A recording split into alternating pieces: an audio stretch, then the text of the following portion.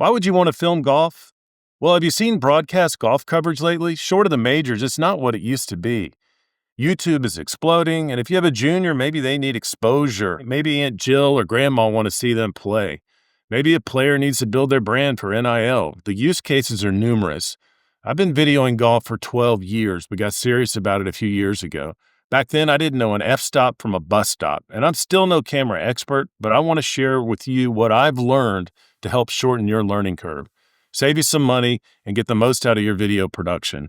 And we have a first-of-a-kind golf graphics plugin for Final Cut Pro that will save you hours in your editing process. Let's dive in. So I've been filming golf for about the last 12 or 13 years. I had a daughter that played competitively, and we filmed everything from junior golf to high school golf to collegiate golf, even the professional level. And along the way, I've made countless useless, expensive purchases that did me no good at all. And I'm hoping this video will kind of help you if it's something you want to get into. And we generally categorize golf filming as sort of YouTube style, which means you're on course, versus competitive tournament filming, which is a little bit different. Usually you're outside the ropes or you have limited access. A lot of times in tournaments, you have to stay on the cart path. Before we get into this, I do want to talk about Scorebug plugins that we've developed. If you decide to go down this road, what you'll quickly find is that filming is actually probably one of the easier, more enjoyable parts of the whole experience. It's the editing that takes many, many hours. I've spent as much as sometimes 50 or 60 hours on editing a golf project that ends up being an hour and a half long YouTube video. There's a big learning curve associated with that, but one of the things that takes the most time is the graphics. And so I ultimately decided, you know what, I'm tired of this, going back to Canva or PowerPoint or Photoshop to create all these graphics, then bring them back into my editing software. I use Final Cut Pro, and these plugins were developed specifically for Final Cut Pro, and they literally will save you hours on editing a project. I have 4 presets that come with this pack. FX30 has been nice enough to give us a discount code of 20% off. I'll put the discount code in the description, but it's NTM20, and you can even download a trial version of those if you'd like to use it. I'll give you a few examples of it here a little bit later. But first, I want to talk about the 3 levels. We'll start out at the beginner level, and basically that would be using your phone. And I can only speak to iPhone. I don't have much experience with Android devices, but the iPhone has become a tremendously powerful camera. Particularly the later versions, I have a 16 Pro Max, can film at a level that almost rivals some of what mirrorless cameras can do today. So it has some distinct advantages. One, it's always available. You usually always have it with you. It's very, very good in image stabilization. You really don't even need a gimbal, and a lot of times you can get by without even using any kind of tripod or monopod just because the stabilization is so good. It's also somewhat weather resistant. It has good battery life, good storage. So there's a lot of things going for the iPhone that make it really quite easy to use for filming golf. A couple of tips if you're going to use your phone as the camera, I'd recommend you set some certain settings. And first of all, pretty much whatever device you're using, I would try to stick to the basics of 4K filming at 60 frames per second. The reason for that is golf is a high-speed sport. The swing's moving quickly, the ball's moving extremely quickly. And yes, 60 frames per second allows you to slow down the footage, but also it helps a lot later in post if you want to use tracers. And the reason to use 4K is you get a much higher resolution image.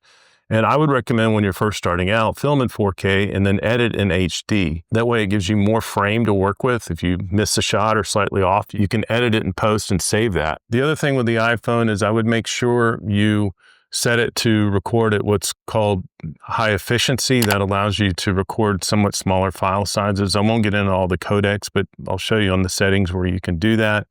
The other thing I would do is set auto exposure to lock to not change. The reason for that, if you're filming, say, a long greenside static shot, the white balance exposure levels will change throughout it and it'll look a little strange in the edit. So I would lock those 2 down. When you're filming a subject, I would also recommend you turn on the grid, the rule of thirds. And for the most part, you're going to want to keep the golfer centered, with the exception that would be if you're filming a tee shot and you're wanting to get a tracer on it. Generally, you're going to keep the golfer at the bottom middle of the frame so that you can see as much of the ball flight as possible. I would turn off HDR. It makes it look really good on Apple devices, but it causes all kinds of problems in editing and there's compatibility with other devices. So you want to film what's called SDR. And my general experience is you need about 50 gigabytes if you're going to film 18 holes with these settings. So make sure you have plenty of storage left on your phone. If you don't, They do make external USB hard drives that you can get for relatively inexpensively. They're not too terribly obtrusive, but it's a bummer to run out of memory in the middle of a round. Another thing when you're using the iPhone, I think you want to consider is you see that the phone has basically 3 different lenses.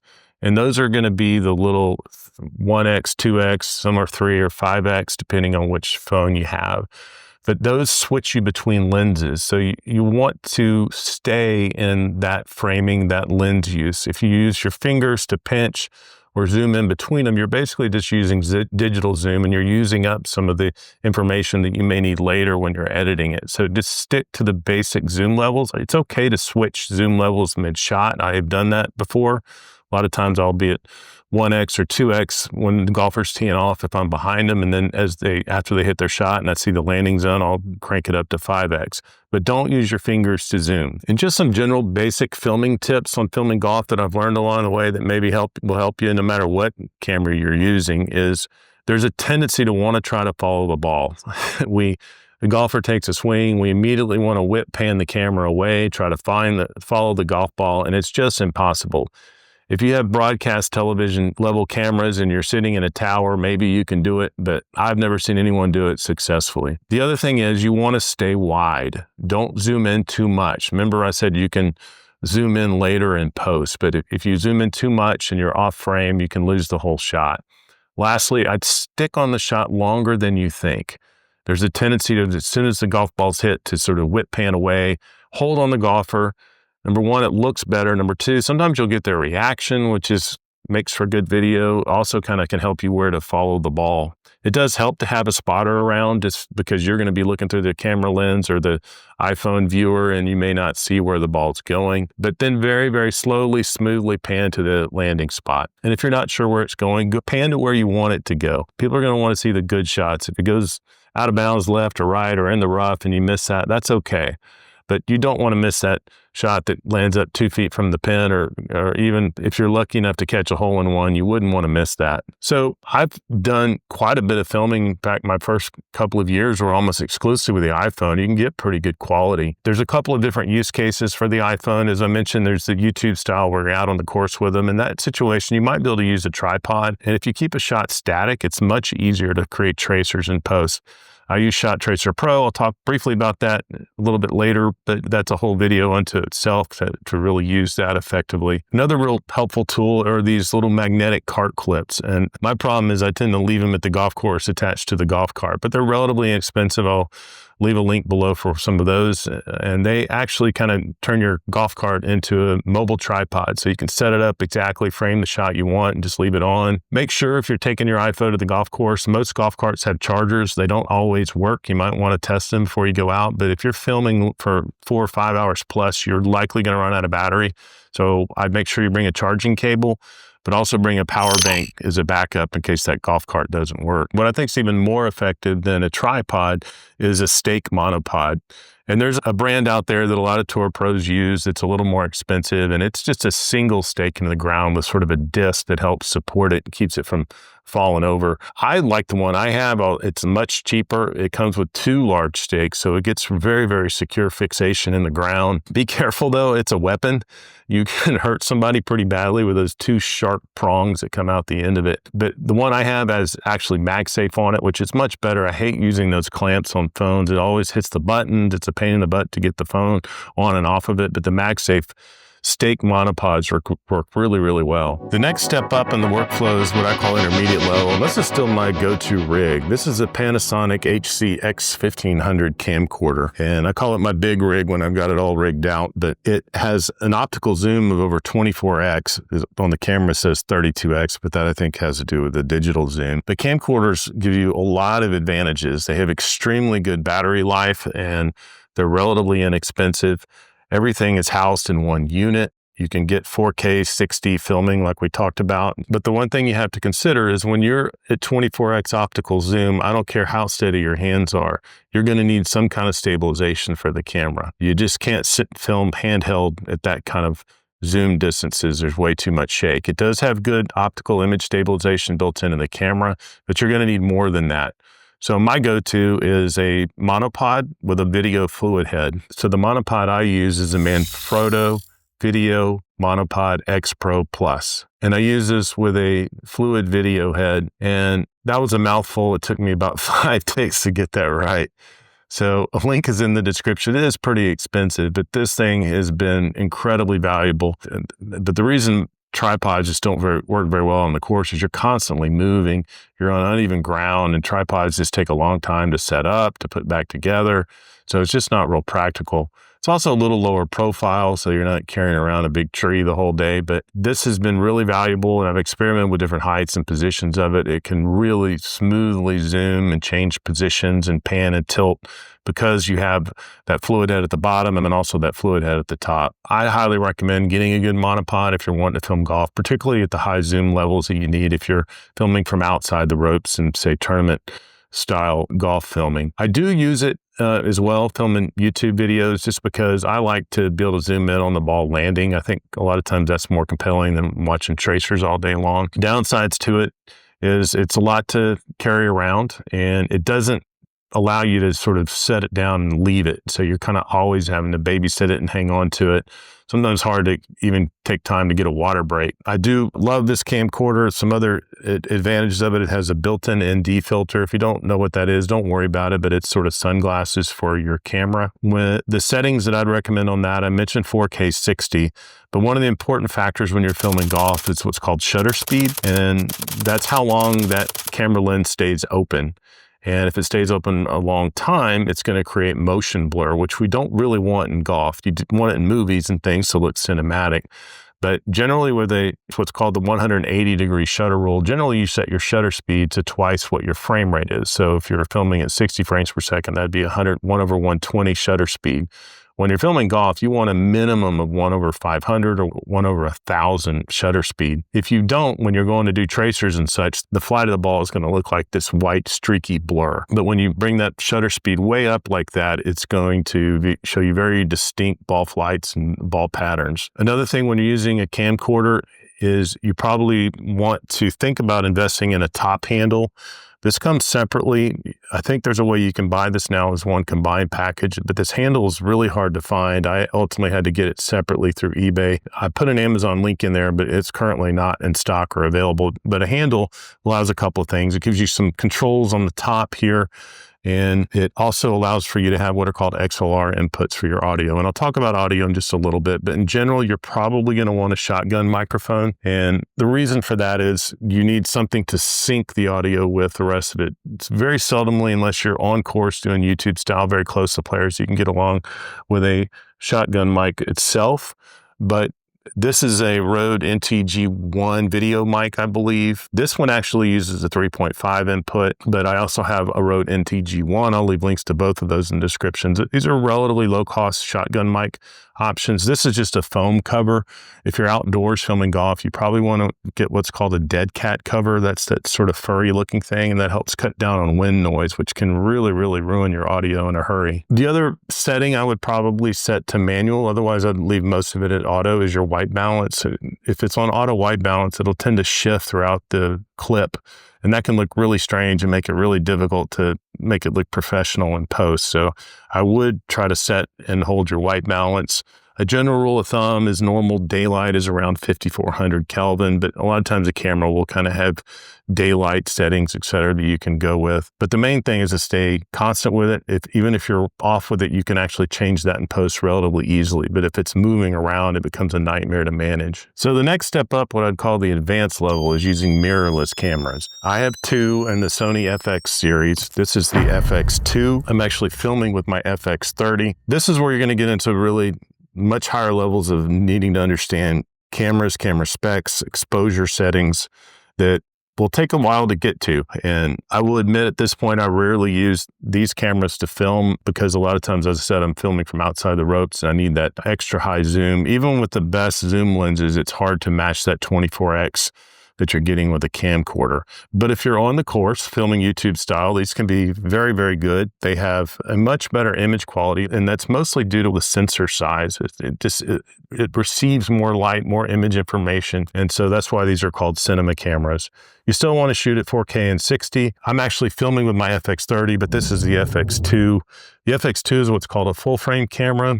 So is the FX3, which is very popular. A lot of YouTube videos, you'll see them using the FX6, which is an even more advanced full frame camera. It's sort of an all-in-one cinema body that has built-in ND filters. But the FX30 is a really good camera if you're going to start out using a mirrorless camera for filming golf.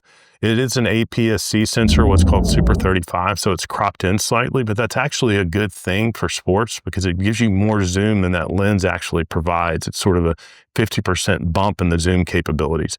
But even if you're on those longer 200, 300 millimeter lenses, which are quite expensive, by the way, you're still not going to get the same level of zoom you can get from that camcorder, but you are going to get a better image quality. I did do a little homage video to my daughter in one of her last golf tournaments.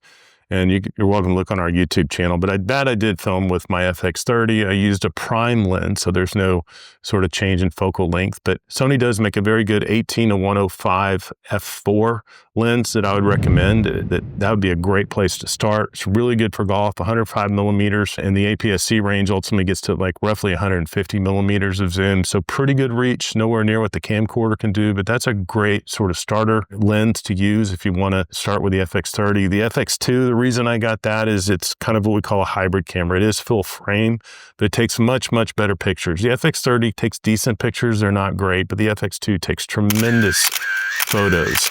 So if you need a camera that takes stills, I would recommend this. The other advantage for golf is that it has this EVF, which is the viewfinder. That one of the things you'll find that when you're filming golf is that the sunlight can make the LCD screens really, really difficult to manage.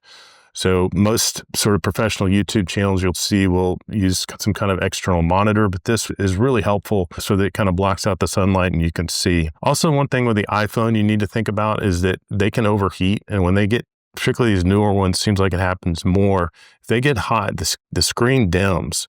And I've had at times where you just can't see anything at all. You're just pointing in the general direction, hoping you get the shot. So also on my camcorder, I do use a monitor. So the camcorder is great, but one of the downsides is that little tiny LCD screen. If it gets bright outside, it can be really difficult to see. So I do frequently attach this newer monitor. It's the F700 from Neewer. It's Neewer, Neewer. I don't know how you say it, but it's relatively inexpensive. It's been really good quality. I think it's an HD image. But one thing you can get for that is, and I use this regularly, is this screen hood, because even as bright as this is, sometimes you need this to sort of cover so you can see and block out the sun on that monitor. It connects via HDMI. You do want to get good HDMI cables if you're going to attach that. I recommend getting the coiled type, because if those things get tugged on, HDMI cables and jacks break all the time, and it's a real hassle to deal with, and generally a pretty expensive camera repair.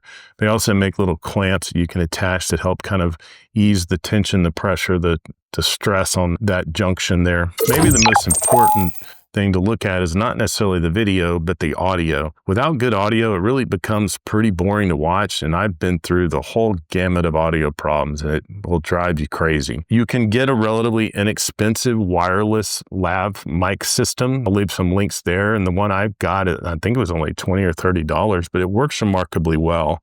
The downside of those is you're limited by the transmission range. So you'd have to stay pretty close to them. But if you're using an iPhone, they work pretty darn well. I've seen them transmit as far as 40, 50 yards away and not lose connection with them. But if you're going to step it up to kind of the intermediate or advanced level, I would recommend the DJI Mic systems. That is what I use. This is the DJI Mic 2, and it comes with 2 transmitters and 1 receiver. They connect easily. They stay charged in this box. This little receiver can connect directly into your camera via the 3.5 millimeter jack. When I'm using it on my big rig with the top handle, I have a 3.5 to XLR cable, so it goes into the XLR system. But one of the advantages the Mic 2 has is that it has the little inputs for lavalier mics, and some players prefer that. These are a little bit big and bulky, so they like having a lav mic that just sort of clip this to their belt. The most important part of the DJI Mic 2 and Mic 3 system, though, is they have onboard recording. So even though the rated transmission is remarkable on these, I think some say upwards of 200 or 300 meters, the truth is that it's very subject to interference, not only physical obstruction, but if a player, even if they're 150 yards away, they turn their back or walk behind a golf cart, you will lose that transmission. So this constantly records onto the device, and it can hold many hours, more than you would ever need.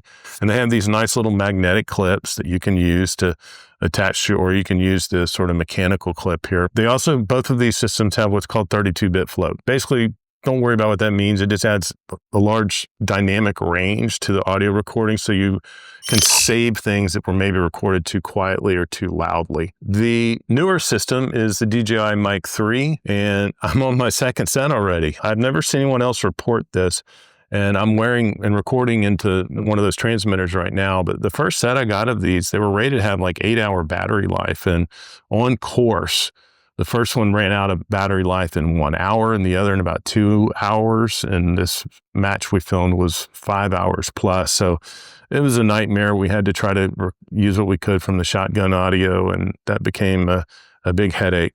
Why did I get them? Well, one, they're smaller, so players are more willing to use them, and they have the same 32-bit float internal recording on them.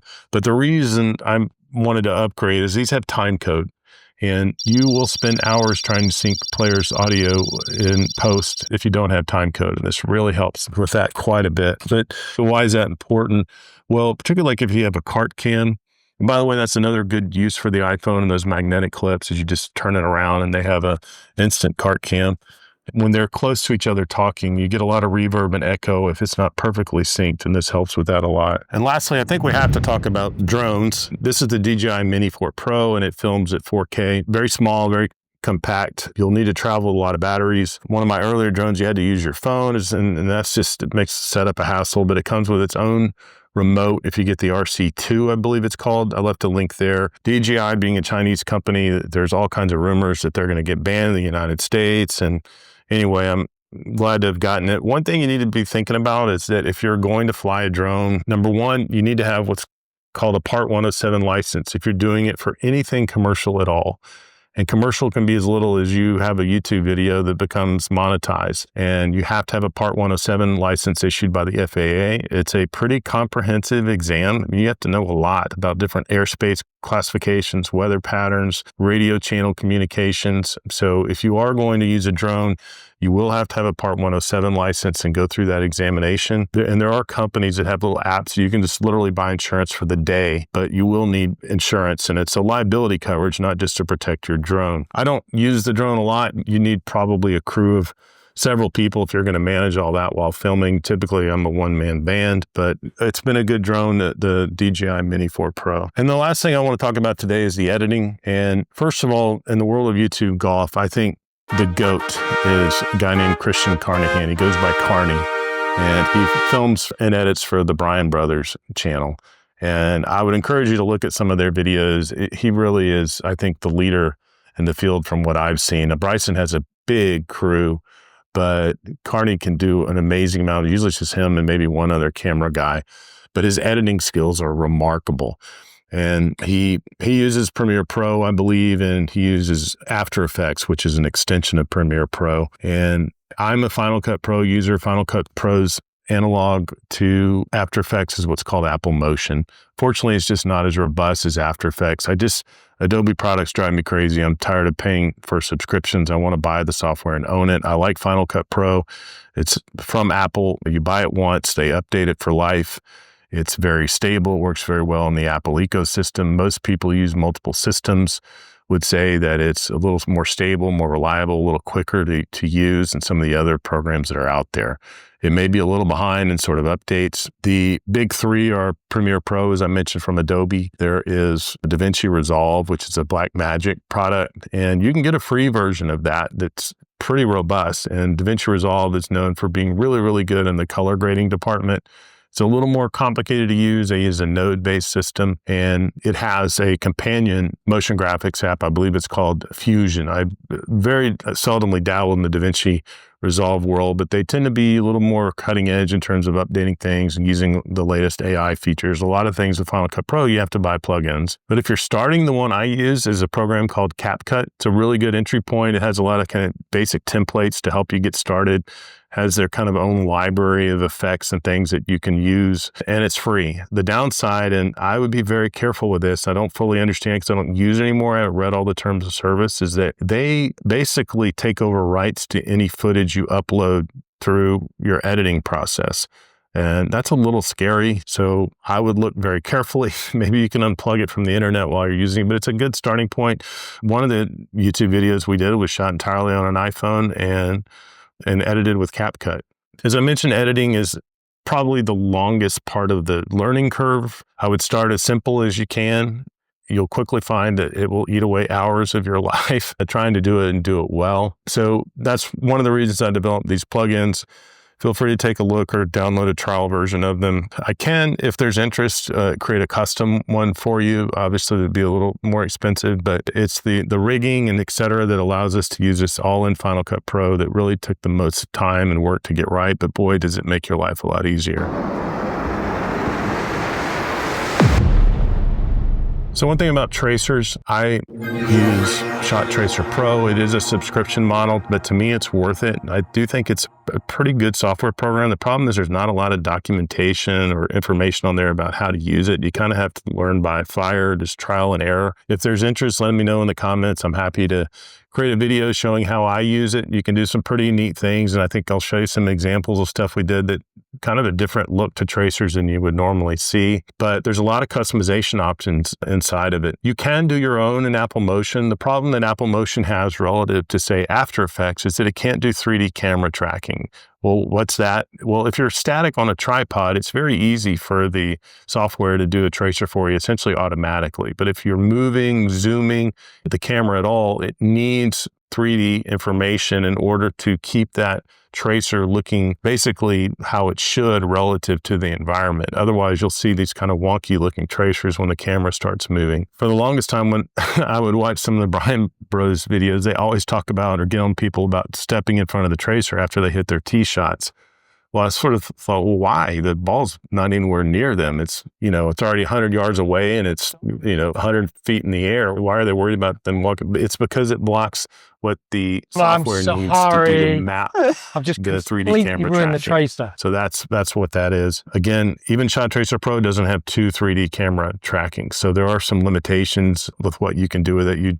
I would think, need to understand After Effects. And that is an extremely labor-intensive process. I don't know how guys like Carney ever even get any sleep. Just to do those tracers alone would be an extremely time-consuming process. One thing about tracers, they're helpful, but don't overdo them. One of the things I like about the camcorder is that because it has so much zoom on, a lot of times I don't have to put tracers on. I can zoom in and kind of get a good landing shot without having to put a tracer on. So that's all I have for this video. Sorry it went kind of long. I will list in the description the products I use. And again, there are links there. You can use the affiliate or non-affiliate, whatever you're comfortable with. The link to the plugins is included in there as well. You can use that code and get the 20% discount out, or if you just want to use a trial version of it. Again, it's only for Final Cut Pro. If you'd like to hear any more tutorials on how to edit, how to do special graphics tricks that we can do, like pinning a flag where graphically where a flag doesn't exist, or tracking putts, or advanced 3D graphics where players walk behind the scoreboard, stuff like that, I'm happy to do that. Also, if you want to see a tutorial on Shot Tracer Pro, happy to do that. Just let me know in the comments. So thanks for watching. I hope that helps some. Hopefully, if anything, it helps save you money so you don't go out and buy everything that's out there without someone vouching for it. And again, everything in that list is something I currently use and paid my own money for. So I can vouch for that it works pretty well. I think not only YouTube golf, but the role that video is going to have in golf going forward is only going to grow. So if it's for your personal use or you want to do it professionally, I do think it's a fun, enjoyable field to get into. I'll see you on the next tee.